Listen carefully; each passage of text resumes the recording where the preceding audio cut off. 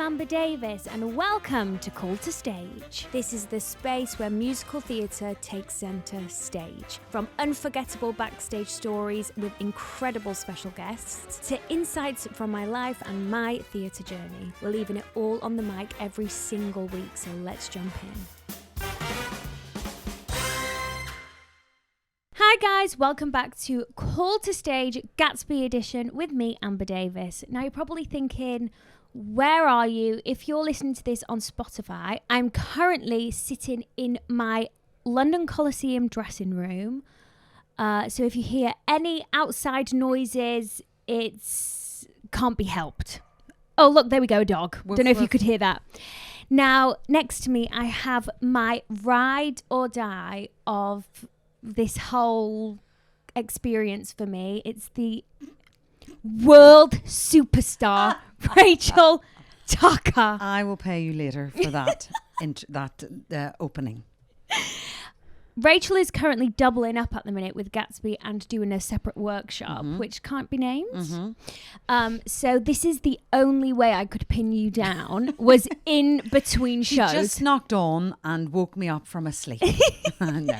Me and Rach love an in-between show sleep. We love a nap. Before we get into the whole Gatsby shebang, have you got any weird pre-show rituals? I don't think you did. I don't. I'm lucky if I'm just in time for the show. I have a thing. I don't like having superstitions. Yeah. But that in itself is a superstition. Yeah, exactly. So I like it to be very organic, and whatever flow that day, whatever mood that day I'm in, is what I bring, the energy as I bring into the show. I love that. And Rachel's one of those people where she can have no siren before a show. Siren.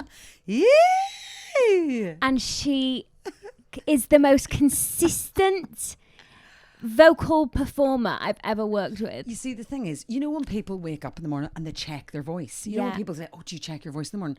I genuinely don't. I don't even check my voice at warm-up because I know it's there.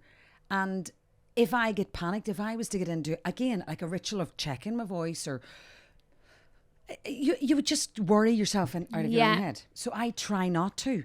And I will know via my speaking voice if it's there or not that day. Wow. Or if I have if I feel a bit sore speaking or tired. I've just over the years realised that honestly it's got nothing to do with your singing voice. My technique is, I think, very good and strong. My speaking voice, and like when I pretend to siren at warm up, like that's kind of me taking the pen a little bit. Yeah. And just to make you laugh. Yeah. But I know it's there. Yeah. I love that because a lot of people can get in their own heads, can't they? And that's the worst. Once it gets in your head, it don't get out very easily. No. And that's one thing about you. I think you're the most chilled person to work with. You really are you're horizontal. I am. Yeah. Like I like being that way. Yeah. I've always been that way, but I've got more that way as I've got older. I like that. I do too. It's our livelihood. You don't want to be panicking every single day. I cannot be dealing with the panic and the stress.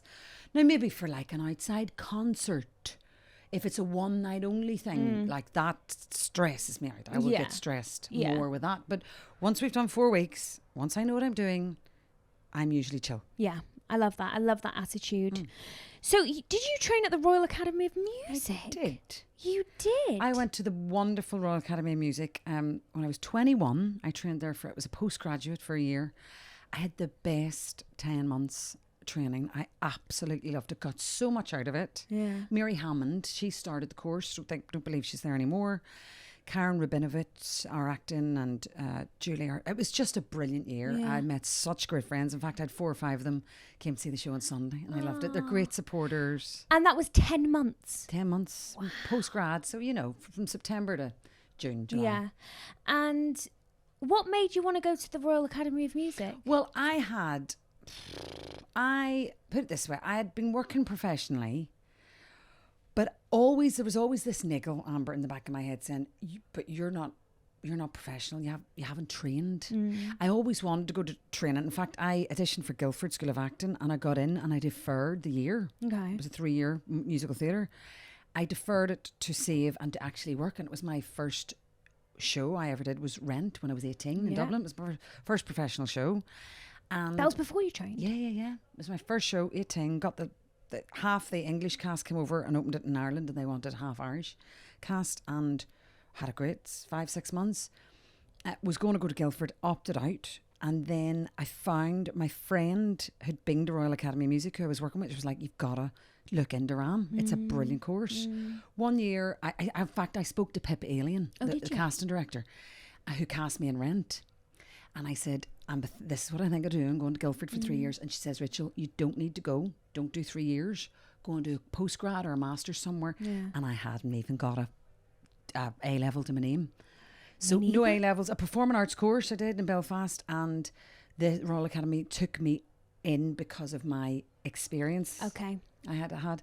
So I did that for a year, kind of like just needed the seal of approval. And the tools. And I really did find that there, especially with the acting and the voice. It's great for voice. Yeah. Anne-Marie Spade taught us a still technique there, which is this more modern sounding belt, safe belt. Yeah. And I really found that worked for me. And then, so that was my year training at RAM. How did you discover your voice when you were little? Oh my God, I came out of my mum's belly singing. Belly. I came out her belly. Children listening. I came out the sunroof. Yep. Oh, were you? Singing from, and my dad was a singer, professional entertainer, and he was brought up from about the age of 5-6. He was singing with his dad, like literally. Little Tommy Tucker sung for supper. My dad sung to keep their family fed. Oh wow! They were poor. They were much poorer than my mum's side of the family, and then. So it's in the blood. It's in the blood. Family. Yeah. Like the Welsh, the Irish love a sing song. Yeah, they love we're close like that. entertainment. You know, it's similar. That kind of family. Get up and sing. You know, you've no choice, but you have to sing at a family parties. Yeah. And honestly, see when you clock up the hours that you probably and me sung for family and friends, it's like we'd already trained. Yeah. We had hours and hours, of like singing to people and for an audience and knowing what that feels like and knowing how much you love it. And so that was always part of our upbringing. And was there no other option for you but to be on stage? I literally cannot do anything else. I honestly can't. You could be a comedian. Oh, give over. Oh, you could. Listen, we have a laugh. We laugh at ourselves. We laugh at each other. I ain't no comedian. I think we should put Rachel Tucker stand-up comedy show at the Fringe this year. Just give it a go. As long as you're my warm-up. That'll make them laugh. Oh my God, I love it. Yeah, no. So let's talk about Myrtle Wilson. Myrtle. Myrtle's fab. Came through the inbox. She came in the inbox and she was like, do you know what? Healthy fools. Do you know what? Yeah. What was your first thought when you saw Great Gatsby's coming to London? I was like, oh, I've heard clips, seen clips. I was like, oh, knowing that it's all about Gatsby, I was a bit like, it's not the lead. Can I be Gatsby? Did you steal the show though? So I was like, okay, listen to the soundtrack, listen to the 2 songs that they wanted me to sing at the audition. Which is One Way Road and Secondhand Suit. And the 2 sides that came in for that. And I thought, great. And hilariously, was offered the part and thought I had more scenes and songs. And you just... And I didn't. And she didn't. I was like, okay, so that's all we're doing. So they call it the princess track. Yeah. And you've never had that before, have you? No. Like in rehearsals, we were like ships in the night. Yes. We didn't see each other. Didn't. Because we're not in any scenes together. We're one. Not. We come in the car. Talk amongst yourselves. I know what I mean. Come on. That's the one time I'm on stage with you. Oh, sweetie. I know. It's so sad. When we were on... We have our own performance backstage. When we have our own show. Yeah. Thank God we're dressing room neighbours. I know, right? We'd never see each other. No. So, yes, she comes on, but we don't speak. It's not like we have a scene. No. You observe and I observe. Yeah. And I wish we'd... When you die. Didn't want to ruin it for anyone in case anyone hasn't. Spoiler alert coming up. Rachel dies. Myrtle dies. Myrtle dies. It's the only way they get to shut me up is they hit me with a car. It's true. It's true. Otherwise you'd keep coming back. Just shut her up. Get the car out. Are you enjoying it? Do you love it? I mean, do you hate it? Look at the fun we have. I know. Is it not the best, funniest fun? Yeah. Like it's, you'd hardly call it a job. I know. Is it okay to say that? But I mean that in the best way. It's like you come to work, honestly, everyone in this cast, they're the most brilliant people. They have chosen such nice Homo sapiens. Yeah. And then everyone people. Loves a good laugh. Oh my God, we love a laugh. There's not one serious person amongst us, which is crazy. No, considering we put on a West End show. No. But that's the thing. And this is where I think some people might think, you might be the same, where they misjudge or mistake your kind of nice side or funny or happy-go-lucky side for just a bit of a walkover or a bit of a pushover. And you're not a pushover. I'm not, and I'm not. But I will. You would have to really yank me off. Yeah. For Belfast Rachel to come out. I know. I will. It'll be the last thing you'll see. No. I think it's the most. And I didn't expect that of you. Did you think I was a diva? I didn't think you were going to be a diva. Well. Should we tell them about the story that I said? Oh, hi. So listen to this. I met Rachel at the Wicked premiere, and obviously, just for a backstory, I waited at stage door for Rachel when she played Elphaba. I was like a number one fan. Insert photo. I saw Rachel for the first time with my own eyes at the Wicked premiere in London for the film, and I walked over and she went, "Oh, Amy. Hi, Amy." But I was so proud of myself because I was like, this is the girl I've been trying to get on her podcast. I was like, oh, it's her. I must say hello. Amy, it's you. And in that moment, I thought, oh my gosh, she recognised my face, which was like tick, tick. But, just my heart like broke. And, like, I was your number one fan. Like, I still am your number one fan. You now know I have just learned the names of the people in this cast. I am the worst with names. Where was I going with that? Wicked. Oh, I didn't think you were going to be a diva, but I thought you were going to be a bit sterner. Oh, did you? Yeah. Like more, like Belfasty. Like more professional? No, like Belfasty. Belfasty, sterner? Are they stern in Belfast? I don't know, are they? But you're like easy. Easy. That's why you've worked so much. She's easy. I pride myself on getting along with everybody. I think it's part of the job. I think it's so important. Yeah. I like to be liked. I don't want to be the person that everybody's either afraid of or scared of, or I mean, that's exhausting. I know. Can you imagine having that persona of like people knock on your door? Who is it? Rachel, it's Amber. Or it's your company manager. Hold on, wait. Yeah, that would never. I know people. Oh, really? Like that, and they enjoy it, and that's part of their persona. Yeah, I know people. It's like not that me. also. I'm like, come in. I don't care who it is. She walked in with me today, I had no clothes on. She was fully in the nude. I was like, oh, okay. Oh, hi, Amber. I didn't give her the option. She didn't. I needed to get something off my chest. I was like, who is it? Hi, Amber. Oh my goodness. Favorite part of the show for you? I watch every one of your scenes every night. Favorite part of the show? When I park and bark. Yeah. No. Oh yeah, it's my favorite part of the show. I love watching. I sometimes sneak round the side and go into the box and have a look. I love watching the Top and New Money. Mm-hmm. I also love a bit of Jamie's tea. I think tea's very funny. Tea's very funny. It's so, and it's insane what the ensemble have to do. I know. In that around number. in and around Jamie, and just make it so the whole stage is like a mansion, and then within 30 seconds it's all gone. Yeah, it's just fascinating. I love tea. Yeah. I do love singing One Way Road. I love it. It personally for me, that's my favourite moment in the show. Oh. And it doesn't matter how many times you sing it, it gets more and more impressive every time you do it. Well, thank you. That's very sweet. But I'm always working on that. That's what I mean. Like, I might mess about and have a laugh and stuff, but my stage time, the 14 minutes of it in total. 14 minutes. I'm always kind of listening and working on it. Like I said to you earlier, like I record from just the tannoy onto my phone, and I have done because it's taken a while to sing this show into my voice. I'll tell students when I teach, it takes months to sing a show into your voice. Yeah. And it took me a good 4 or 5 weeks to sing, especially One Way Road into my voice, because it's a big sing.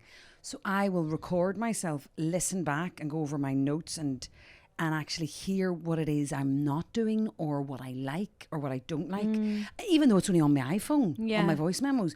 But from that is enough for me to go, oh, I'm going to change that a bit. And like, I wasn't getting my phrasing. I was having to breathe here and there. And that's an awful lot to do with nerves. Yeah. When you're nervous, your breathing goes. Yeah. So finding once you stop getting nervous for the show or, anxious or, that kind of, lovely feeling of like, oh, here's my solo, don't mess it up. Once you settle. I think that's such a lovely tip. A really gorgeous tip to record yourself, listen to your back and think, oh, I want to change that vowel here, or I don't want to breathe there. I don't think it works if I breathe there. I like that. And that's just working on your craft. That's just me going, no, it's, all right, the show might be up and out and everybody gives you compliments, but actually, is it good enough for my ears? Is it good enough for me? Yeah. Can I improve it? And I can, because I love teaching. I teach singing too and coaching, and I want to be able to pass that on too. Yeah, I love that. I love that. Even Rachel taught me something on the very first day that we met. Did I? Yeah. What was that? Because everybody had the script sent to their house before we got to rehearsals. And it just didn't even cross my mind to even do that. So I was opening the script for the first time on the day that we were doing the table read. Yes. Everybody else kind of had, spoke their lines into their brains and got their mouths around it. And I was... Sight reading? I was sight reading, which is scary. It's an anxious thing to do. And I said, do you know what? I'll never do that again. I'll always request to get the... Well, that's right. So you hadn't... They didn't send us the script, and I don't like sight reading. So I am a terrible reader. I don't love it. So I will never... At any chance I get, I will get a script pre-sent, even if they don't send it. So she was like, well, how come you've got the script? And I said, well, I've asked for it. So I could read through. Yeah. But it's a learning thing. It is a learning thing. Top tip. I did that many a time before I realised... I don't like doing this. I don't like this. I don't like being caught out and feeling vulnerable like that. Yes, it is that. It's that. Yeah. Hadestown. Oh. Did you love it? I loved it. You played Persephone. Persephone, well done. I didn't see you in that. Serpephone. Serpephone. Greek goddess, obviously. Especially with this big bad boy here in my chin this Which week. Is called Raquel. Raquel. So I named her. I'm Rachel, she's Raquel. So Persephone was fab. It came very quickly and out of the blue. Oh, did it? Yes, the two leads, Hades and Persephone, were leaving, and I had auditioned for it originally, didn't get it, and they then come back to me whenever they were leaving, which was kind of halfway through their first contract. Oh wow! Got the phone call from agent saying, "How would you like to start in Hadestown on Wednesday?" Trevor, Dion, Nicholas and I were Hades and Persephone, married to each other in the show, obviously. And we had 10 days rehearsals and we were in the show. What? Yeah, it's mental. What did you think when you got that call? Well, I was like, well, the theatre gods have spoken, because I had just been saying, please, someone give me a theatre job for like this next period over Christmas. Christmas was coming in and I was like, I'd love some steady work. And I got the phone call. I was like, well, thank you. Oh, wow. That happened. And things like that happen, it happens sometimes. Sometimes it doesn't. But it happened last October, was it? And then the end of the contract was February. And you came straight into this in March? Bish, bash, bosh. Thank you, theatre gods. Theatre gods. Oh, but it's been great. I've had a lovely run of it recently. And... I'm also doing some cruise ships in between theatre jobs. You think me and Ben should do that, don't you? I think I couldn't recommend it enough. The ships that are out now that you and I could sing on are exquisite, extraordinary. A week on a ship, you do your own show. It's fabulous. I'm loving that as well. Yeah. Go on the ships. Yeah, shippers. go on the ships. But I loved Hadestown. And how would you describe your Hadestown experience? Again, one of the funniest, brilliant casts I have ever worked with. I came in to work wanting to see the people, wanting to be on stage with them, wanting to be at warm up and have the camaraderie that you have with a cast that you want, that you hope it's going to be, and it was all that. The actual production is so fierce. The music's insane. I got to sing some incredible music. Was it hard to sing? It was a hard enough sing. It was a very big dance. I'm not a dancer, as you know. Yeah. But I can move, and the movement that they had me in, it was fierce. Like, it was crazy. Like, I get I get exercise. So I'm I have to do it like this exorcism dance and stuff. Yeah, I like that, like being taken over by my body and stuff. So, see, I can move too, Amber. Sometimes Rachel will just come off into the wing and just drop into splits. She does. I do sometimes. And just with a straight face. And she loves it. She's like, yeah, that's great. Oh, that time we were working on your double pirouettes. No, single, wasn't it? It was a single pirouette. Single for now. Single for now. Let's talk about Norma. Oh. Norma Desmond. The N to the D to the Desmond. Norma. Do you remember something? Oh, no. Do you know I sat next to you when we were watching Nicole's first night? Not first night. No. Well, was it one of the stage? It was one of her previews, and you were sitting. It was me, Ben, you. Oh my goodness, I do. No, she doesn't remember it. I honestly don't know who I am from day to day, let alone who I'm sitting beside in a theatre. Which Actually, is just a now crazy that thing. you say Ben, was Ben beside me? Yeah. Yeah, and then my agent was beside you. The other side. So it was your agent, you, Ben. and I turned to you and I said, "Oh, we have the same agent." I loved almost every second of Sunset. Of Sunset. So, for the people listening, you were the alternate. Yes. On a Monday? Only on a Monday, please, in the words of Andrew Lloyd Webber, yeah. I mean, that's cushy. It was. The thing is, I went into the audition and in the room, Jamie said, "Are you happy to job share?" I knew I was like, well, yeah, I was going in for it with that in mind. Job sharing being more than one a week. Yeah, like 4. And then, so whatever happened, I think, people are like, well, I'd rather see Nicole. You know what I mean? Like she's a massive fan base, and the production was made around her. So if ATG and Andrew, if they can get her for 8 shows, that's great. That's what they want. So I think they were like, well, just in case, we'll give you the Monday night off. We'll employ somebody else. So when they came back, they were like, well, it's only a Monday. I actually said no. Did you? Yeah, I turned it down. I turned it down once I found that out. So we turned it down, and they came back and they're like, okay, how about this? And it was still only a Monday. That didn't change. Like, but it was other things changed. Yeah, okay. Fighting over split hairs. So, yes. So, things like they asked, like, the first time around was like, things like, well, we'd want you on standby all day, every day. Oh. Right. So I was like, well, no. If I'm doing a Monday, I'm only going to be available for a Monday. Yeah, and then they can have a cover. And they have a cover, which is what they did.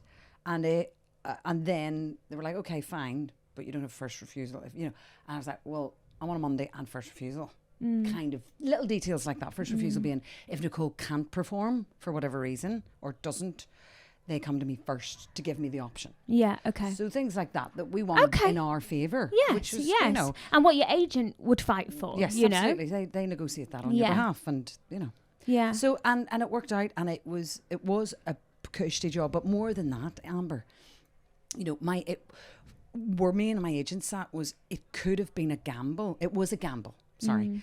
It could have went either way. Yeah. It could have been a disaster, or it could have got me on to that next level, like working with Jamie Lloyd. It was something I would always wanted to do.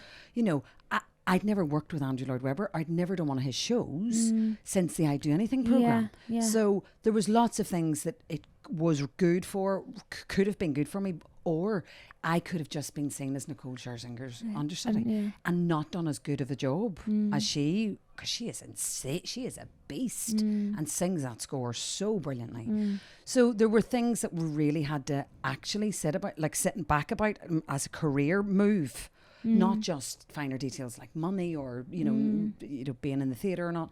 So we really did take our time on it, and I think it paid off because it really exposed me. Like, I got 2 short films because of that since then, and got more TV people for TV exposure, and because of the way Jamie directed it, which was this film that, you know, it was like the genre, the film genre, and the close-ups and the stillness that he made us have in it as Norma was really brilliant for, you know, just like finding your centre and your stillness. And because musicals are so, you know, big and full out and, you know, very, very movement orientated, and this wasn't. This was the opposite, and dark and still. So it kind of put me into a different bracket, I think. Or, I like that. I mean? Did you enjoy the aspect of going on once a week, or is that daunting? It's a great question, because I thought it was great, easy. It was harder. Yeah, it was like a press night every Monday night. And then as the Mondays were going on, people were going, oh, we're running out of time, I need to go and book to see Rachel, like friends and family and lots of supporters and fans.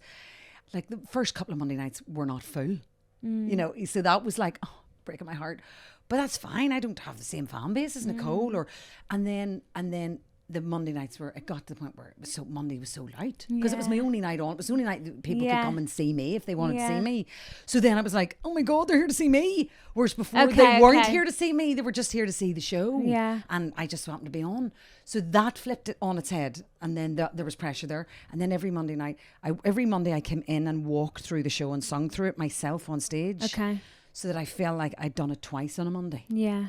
Yeah. And sitting up the back in that chair, you have to sit there for maybe 15 minutes while the start of the show's going on. That's scary. That was really scary, because I said to you, one of my habits is, if I get nervous, I don't go downside a stage. I will literally come to my dressing room and go straight on. Yeah. Otherwise, I'll be pacing and getting myself worked up and going over my lines, and then you go, oh, forget my lines. Yeah, what is that line? What's that line? What's that word? No. So I found just by had to be calm, had to stay focused. Again, like, you know, I didn't have as much of a laugh on that show. No. Because I wasn't around the company, so it didn't feel really like a part of the company, like a member of the cast. And it was nobody's fault. It wasn't like people were being horrible to me or anything. But I wasn't there all week. No. They had been through a grueling week schedule, 78 shows.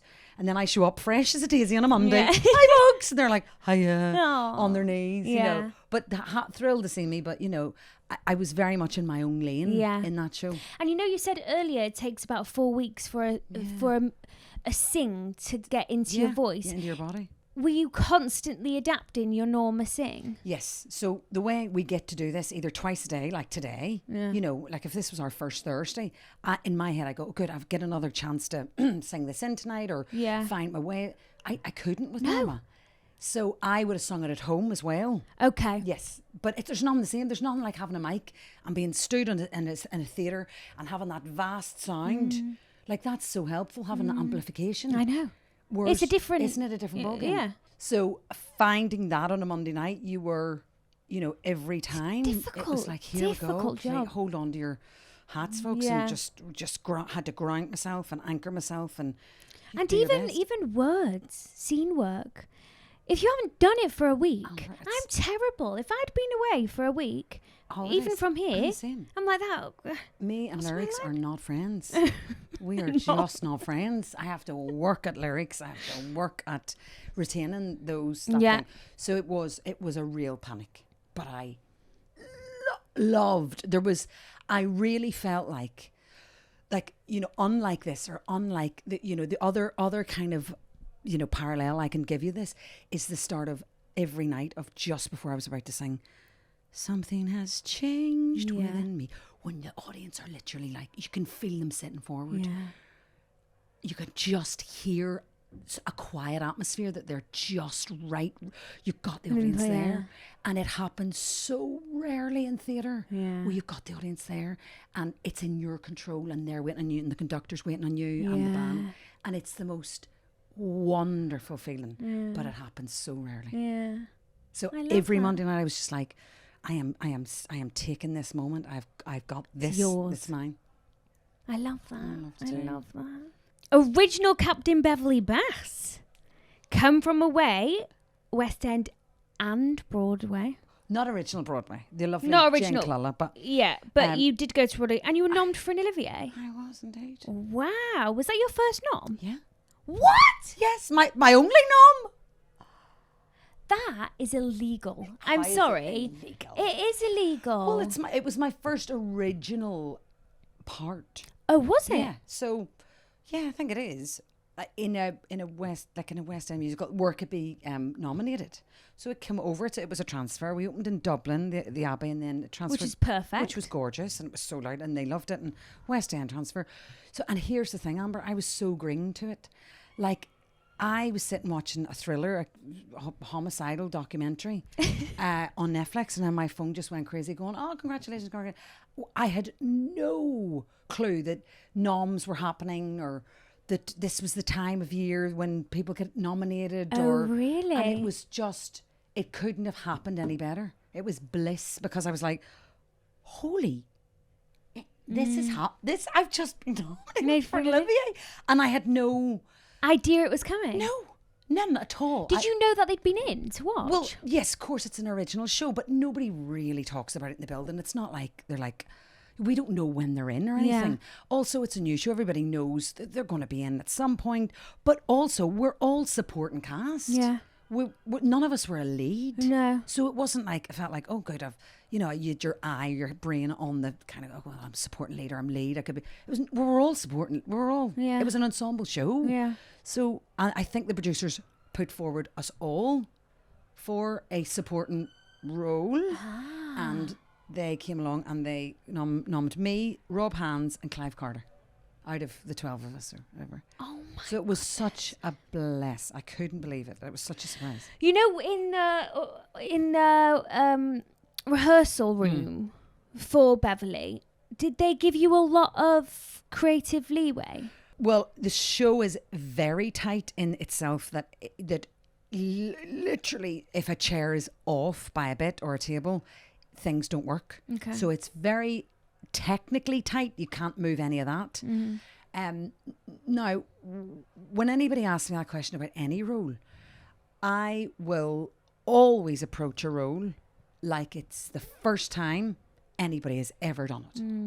I will never look back and go and see what Jen Clulla did or Carrie Ellis did with Wicked, or I will always and only ever approach it. I will look at the lyrics and I will say, how would Rachel say that? That's how I would say that. Yeah. How would I sing that? That's how I'd sing it. Yeah.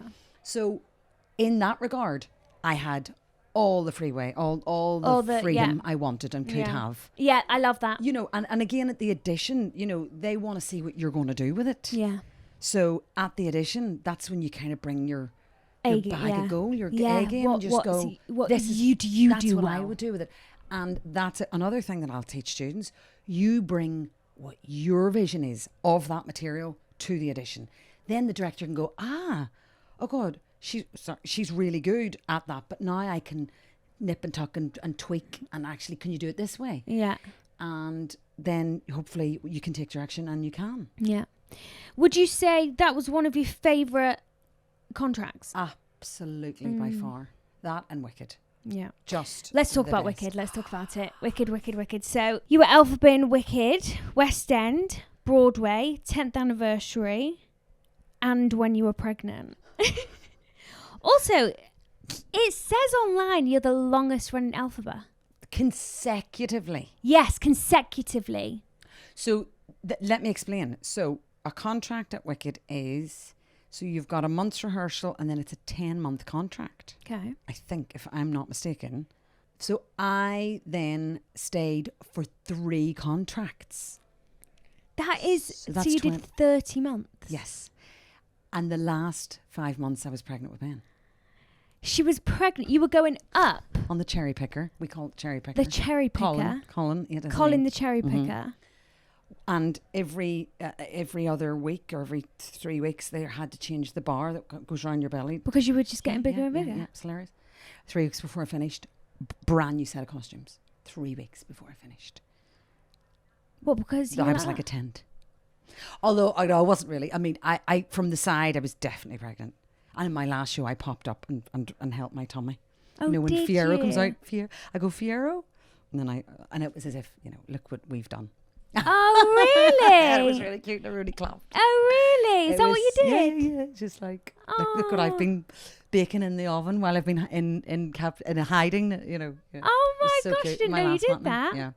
I call it 3 years, but it's not quite 3 years. But it's 3 consecutive contracts in a row. But it was over 3 years. Yes, A 3-year yes. period. So I started January, February 2010, and I finished October 12. So yeah. it's not really No. over 3 years, but it was 3 contracts, and then I don't believe they allow an Elphaba or a Blvd to stay for more than 2 now Oh, really? because of me. Why? Because then the girls do what I do, which is get Pregnant. No, I don't. I jest. I don't think that's the case. I did get into vocal trouble in my 3rd contract. Okay. Fatigue sets in. Like, you can't sing that 8 times a week. And I'm thrilled that they're now bringing a standby in or an alternate. Yeah. So the Witches now are only doing 7 shows, and they have got the 8th show is by the alternate. You know, so back in my day, they didn't have that, and so you just took rest or time off. But then you were docked, so you were down money if you took time off. So you kind of, in your head, you're like, I can do this and fight through, and then I got vocal fatigue, and I had to take shows off and had to take time off, and so therefore you're a bit of a liability to the production company. They were fantastic. Absolutely brilliant at helping me with vocal health. They sent me to ENT specialists. Oh, did they? Yeah.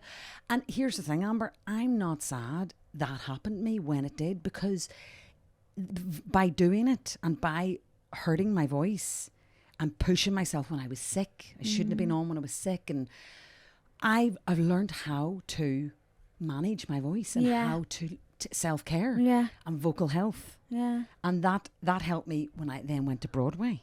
Yeah, because she took it to Broadway. She took it to Broadway with the family, and we were there for a year, just over a year. So was Ben there with you? Yes, Ben was 2. Me, Guy and Ben lived in Brooklyn.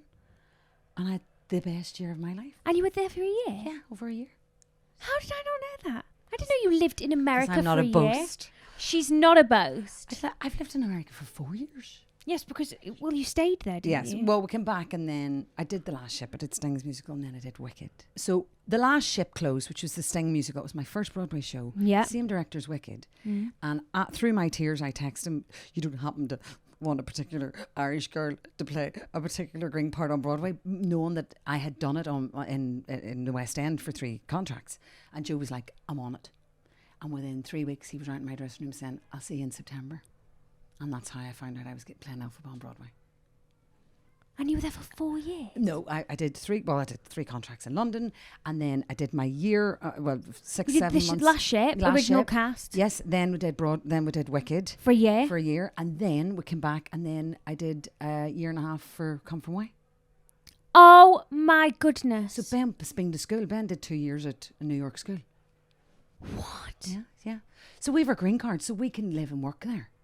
That's why Come From Away we're able to say, oh, would you fancy taking over?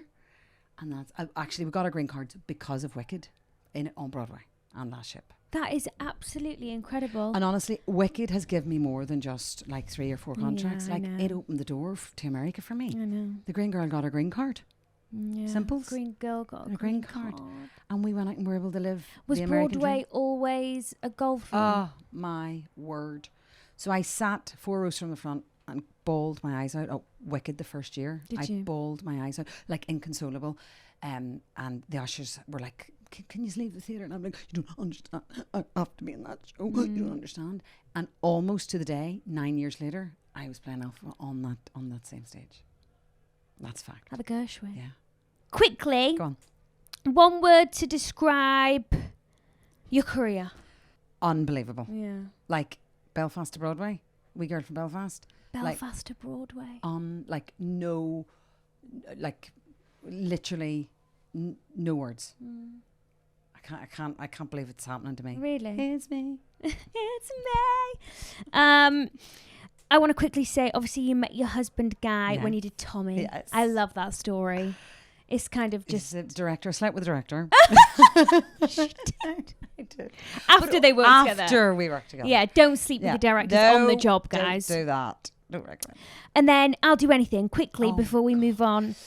I Do Anything was amazing. I was at the point in my career where I was squirting perfume in Harrods and Harvey Nichols and Selfridges way too long, and I was like, I need to get out of this. And I watched Lee Mead, who I did Tommy with, win the Joseph programme, the Joseph show. What was it? That was the year before. The year before me. And I said, if that comes up next year and it's the programme that I'm right for, I'm going to do it. And if I'm not working, I'm going to do it. And I wasn't, and I did it, and I got in. Yeah. Only just, by the way. I think I was like the 12th girl, I think, because I'd worked professionally, and the BBC and Andrew were a bit like, she's already working. Okay. So I was, they were iffy about me from the beginning. Yeah. And I got into Andrews, and in fact, I had my final. Oh my God, this is a story. I had to decide between my final of Wicked, the year Alexa Gadim took over, and Andrew Lloyd Webber's house up at his estate to find out if I was getting on the live programmes for I Do Anything. I had to decide between which one I was going to go to. And you went with the... Because I knew in my heart of hearts Wicked was going to happen. Okay. I felt like I needed the TV exposure and that kind of exposure to cast directors and you know. So I did. I went for. And you all worked after, didn't you? Done really, every single one of you. Yeah. We've all did. So would you say that was literally just to get your face on television? That's it. That's wow, I love that. Yeah, it was just a strategic move. Yeah, it was. It was the exposure that I felt I needed at the time. And I remember, like, I did We Will Rock You auditions 2 years in a row, and I didn't get it. The minute I got off I Do Anything, I was offered. Yeah, you were. Meet. In the Dominion. My first West End show. And that was at the Dominion. That was at the Dominion. So, you know what I mean? It was like, and my mum was like, oh, I don't think you should do it. I think you're working, you know, you're going to take a step backwards. What if it doesn't work out? And I just thought her saying, which is jump and a net will appear, which is tattooed on my arm. Jump, something will always catch you. And it was her that encouraged me, but she was a bit worried that I shouldn't do it. But actually I was like, no, come on. You went with your gut. I went with my gut. Jump and a net will catch you. That's right. And I live by that. And in fact, I came out of my We Will Rock You contract just in case Alexa Gadim was going to leave. For me, if I hadn't have been available, I would have not been happy. So I left We Will Rock You to be in case Elphaba became available. Not even, it was a guaranteed. I didn't know if Alexa was leaving. And she left, and I auditioned, and I got it third time lucky. And I genuinely left a job to make sure I was available for Wicked. Wow. You're incredible. Well, that's what I mean. It's like there's that kind of that Belfast in me that you know, that fire that's in it, my fire. belly, and I know my worth. Yeah. I know what I can and can't accomplish. I don't know what I can't accomplish, but I sure as heck know what I'm going to try and get. Elphaba was one of them. Wow. And so therefore I'm going to have to leave, meet Loaf Behind and rock you. I love that. I love that so much. It's been fearless. You're like the best person I've ever worked with. Oh, and I put that as like hands down the best person I've ever worked with. Okay. Yeah, you are. No, I swear. I'm not just blowing smoke up your ass. Don't know what Natalie will have to say about that. Yeah. Oh crap. I'm going to get in trouble when at Paris. Listen, I understand. I get it. I have absolutely adored working with you. Oh, thank you. You know, anybody that listens to your podcast, I hope they come and see you in this because she is fierce and fire on stage. And, you know, I know you believe in yourself. Yeah. But like most of us, we're a bit more modest about it than we like to think. I have never met someone that is as determined and as focused and absolutely like the notes this girl hits. I remember in rehearsals, and actually after that when you hadn't read through the script, remember I said, I was like, oh, here we go. Yeah. Here we go. She doesn't know what she's doing. And then in rehearsals, she whipped the floor up. And vocals for days. Oh, thank you. You do whistle tone. Yeah. She whistle tones in this. She whistle tones. Much better than that. The sound guy has just went. Look, listen to that whistle tone. Oh my my God, I'm dead. Well, thank you so much. If you are a Patreon listener, stick around because I'm going to be asking Rachel some of your personal questions to her. Thank you. Love you so much. Thank you, Amber. I love you.